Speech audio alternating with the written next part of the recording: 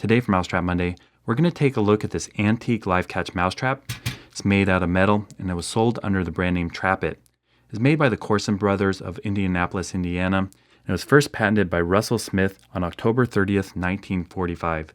It's a very simple design. It's a metal cage, has holes all along for good ventilation, a solid back, and on front has a door on a hinge.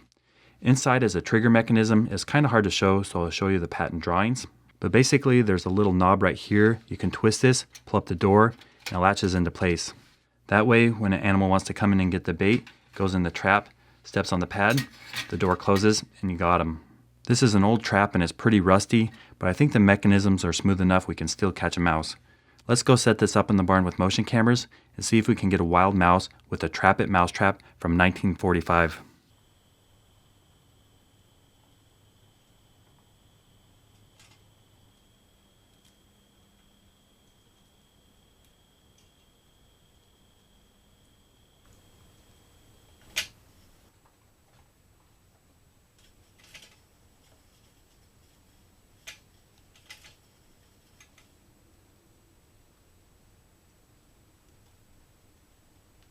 Last night we set up this World War II era live catch mousetrap in the barn and we got a mouse.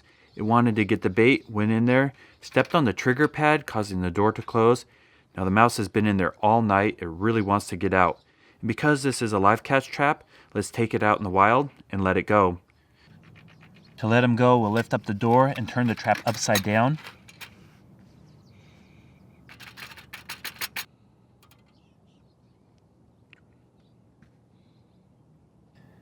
There he goes.